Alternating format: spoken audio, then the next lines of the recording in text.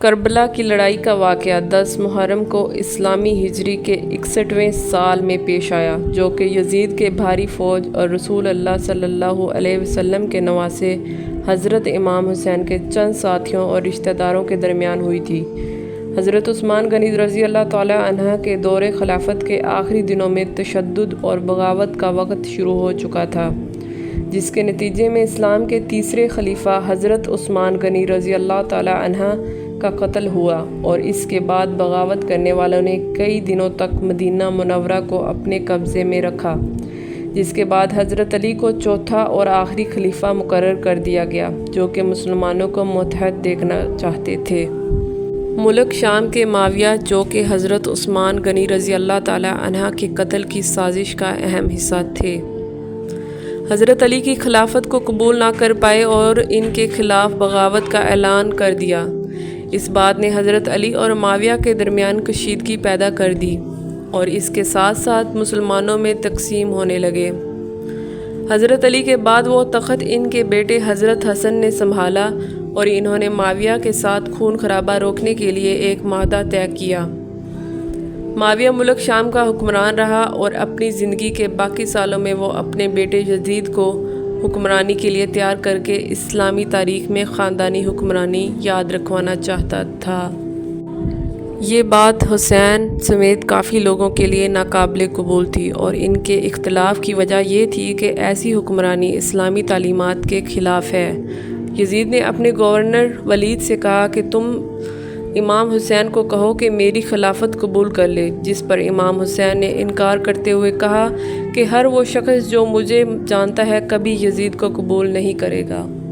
آخر کار 28 رجب کو امام حسین مدینہ چھوڑ کر مکہ کی طرف روانہ ہوئے، جہاں پر انہیں کوفہ سے بہت سارے خطوط موصول ہوئے۔ مسلم بن عقیل کو کوفہ کے لوگوں نے بہت پرجوش استقبال دیا۔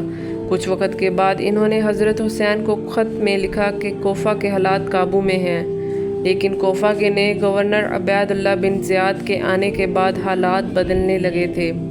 حضرت حسین کے نمائندے مسلم بن عقیل اور ان کے کوفہ میں میزبان ہانی بن عروہ کا قتل کر دیا گیا تھا، جس میں عبید اللہ بن زیاد کا ہاتھ تھا۔ ایسے حالات کے بعد کوفہ کے لوگوں کے دل بدلنے لگے تھے، اور وہ یزید کی طاقت کی طرف مائل ہونے لگے۔ دوسری طرف حضرت حسین کو یہ پتہ چلا کہ یزید نے عمر بن سعد کو اس کام پر لگایا ہے کہ وہ اپنی آرمی لے کر حج جانے والے قافلے پر حملہ کرے، اور جہاں حسین نظر آئیں انہیں وہیں قتل کر دیں، اور اسی وجہ سے حضرت حسین نے مکہ کو حج کے چند دن پہلے ہی چھوڑ دیا۔ کعبہ میں خطبہ کے دوران آپ نے فرمایا کہ وہ کعبہ کے بے حرمتی برداشت نہیں کر سکتے، اور دشمن کعبہ کو نقصان پہنچانے کی پوری قابلیت اور ارادہ رکھتے ہیں، اسی وجہ سے انہیں وہاں سے کوچ کرنا پڑا۔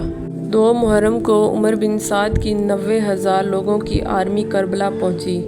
عبید اللہ بن زیاد نے ایک مختصر خط میں عمر بن سعد کو یہ لکھا کہ امام حسین اور ان کے لوگوں کا پانی بند کر دو، اور انہیں پانی کی ایک بھی بوند نصیب نہ ہونی چاہیے۔ عمر بن سعد نے پیروی کرتے ہوئے 5,000 گھڑ سوار سپاہی دریا پر تعینات کر دیے۔ امام حسین کے ایک ساتھی نے عمر بن سعد سے ملاقات کی اور پانی کی رسائی کی درخواست کی، جو عمر بن سعد نے رد کر دی۔ عبید اللہ بن زیاد نے عمر بن سعد کو ایک اور پیغام بھجوایا، جس میں فوری طور پر جنگ شروع کرنے کا حکم جاری کیا۔ 9 محرم کے دوپہر کو عمر کی آرمی حسین کے خیموں کی طرف بڑھنے لگی۔ حضرت حسین نے حضرت عباس کو عمر بن سعد کے پاس بھیجا، یہ کہنے کے لیے کہ جنگ کی شروعات کل صبح تک مؤخر کی جائے، تاکہ آج رات وہ اپنی عبادت پوری کر سکیں۔ عمر بن سعد نے یہ درخواست قبول کر لی۔ جب رات ہوئی تو حضرت حسین نے اپنے لوگوں کو اٹھا کر یہ کہا کہ تم سب آزاد ہو، رات کے اندھیرے میں نکل جاؤ، نہیں تو موت برحق ہے۔ حضرت حسین کے ساتھیوں میں سے کوئی بھی پیچھے نہ ہٹا، اور سب ان کے ساتھ کھڑے رہے۔ حضرت حسین اور ان کے ساتھیوں نے پوری رات عبادت میں گزار دی۔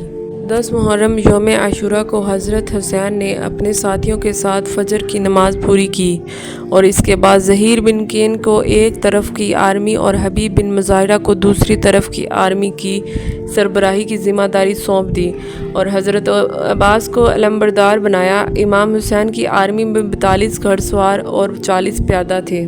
دوسری طرف یزید نے اپنے چیف کمانڈر شمر کو عمر بن سعد کی جگہ فوج کا سربراہ بنا کر بھیج دیا۔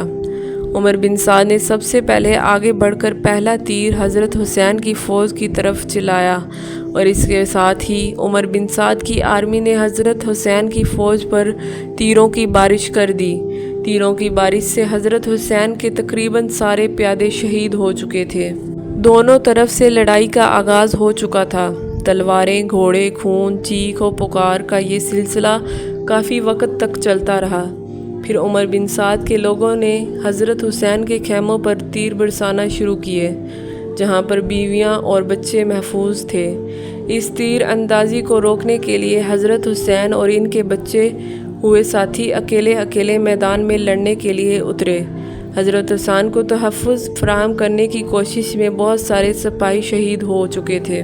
حضرت حسین کو بچانے کے لیے ان کے ساتھی ایک ایک کر کے آتے رہے اور حضرت حسین کو خدا حافظ کہہ کر شہادت کا جام پیتے چلے گئے۔ کل 72 لاشیں کربلا کی ریت کو نظر ہوئی، جن میں حضرت حسین کی شہادت بھی شامل تھی۔ دوسری طرف حضرت عباس خیمے کے منتظر بچوں کے لیے پانی لینے کے لیے اکیلے دشمنوں کا مقابلہ کرتے ہوئے تیروں کا شکار ہوتے ہوئے وہ آخرکار آہستہ آہستہ دریا پر پہنچے، جہاں پر وہ خود پیاسے ہونے کے باوجود ایک بھی گھونٹ پانی نہ پیا، بس پانی بھر کر اپنے دائیں کندھے پر لٹکا کر واپس مڑنے لگے۔ دشمن کو یہ معلوم تھا کہ اگر پانی خیموں تک پہنچ گیا تو ہم انہیں شکست نہیں دے پائیں گے۔ بھاری تعداد میں گھڑ سوار حضرت عباس کا راستہ روکنے کے لیے آئے۔ دشمنوں نے جھاڑیوں سے چھپ کر حضرت عباس پر وار کیا اور ان کا دایاں بازو جس پر پانی رکھا ہوا تھا کاٹ دیا۔ حضرت عباس نے پانی دائیں سے اٹھا کر بائیں کندھے پر رکھ دیا اور سفر جاری رکھا، لیکن اس کا بایاں ہاتھ بھی کاٹ دیا گیا۔ پھر حضرت عباس نے پانی کا مشکیزہ کو دانتوں میں دبایا اور سفر جاری رکھا۔ دشمنوں نے اب ان پر تیر برسانا شروع کیے اور ان میں سے ایک تیر پانی کے مشکیزہ کو جا لگا اور اس میں سے پانی گرنے لگا۔ حضرت عباس نے اپنا گھوڑا دشمنوں کی طرف موڑا اور ان کی طرف بڑھنے لگے، لیکن ایک تیر حضرت عباس کی آنکھ میں لگ گیا اور پیچھے سے کسی نے زوردار وار کیا اور وہ گھوڑے سے گر گئے۔ آخری لمحے میں آپ نے کہا کہ میں بی بی سکینہ سے پانی کا وعدہ کر کے نکلا تھا جو میں نے ہی لے جا سکا، تو مجھے خیموں کی طرف مت لے جانا، میں بی بی کو کیا منہ دکھاؤں گا۔ دوسری طرف حضرت حسین نے یزید کو اکیلے لڑنے کی پیشکش کی تھی، جو اس نے قبول کی، اور حضرت حسین اپنے راستے میں آنے والے ہر دشمن کو کامیابی سے ہٹاتے ہوئے آگے بڑھتے چلے گئے۔ اکیلے سر حضرت حسین نے یزید کو آرمی کے بہت سے سپاہیوں کو گرا دیا۔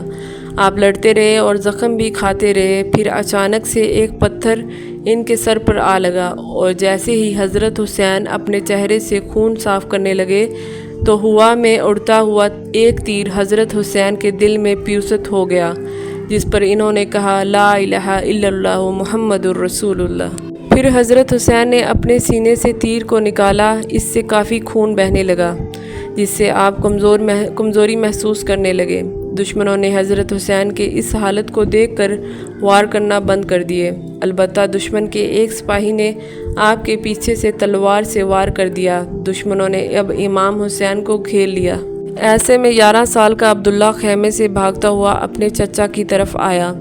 جب ایک سپاہی نے حضرت حسین پر تلوار کا وار کرنا چاہا تو عبداللہ نے اپنے بازوؤں سے حضرت حسین کو تلوار کے وار سے بچانے کی کوشش کی، جس کے نتیجے میں عبداللہ کا بازو کٹ کر خون اور ریت میں شامل ہو گیا۔ حضرت حسین نے عبداللہ کو گلے سے لگا لیا اور اتنے میں ایک تیر عبداللہ کو لگا۔ کہا جاتا ہے کہ اس وقت آسمان سے ایک آواز آئی تھی کہ ہم تمہارے اعمال اور قربانیوں سے مطمئن ہیں۔ شمر نے جب دیکھا کہ اب حضرت حسین لڑنے کے قابل نہیں رہے تو اس نے ایک سپاہی سے کہا کہ اب کہانی ختم کر دو۔ سپاہی حضرت امام حسین کی آنکھوں میں دیکھ کر خوف زدہ ہو گیا اور واپس شمر کی طرف بھاگنے لگا۔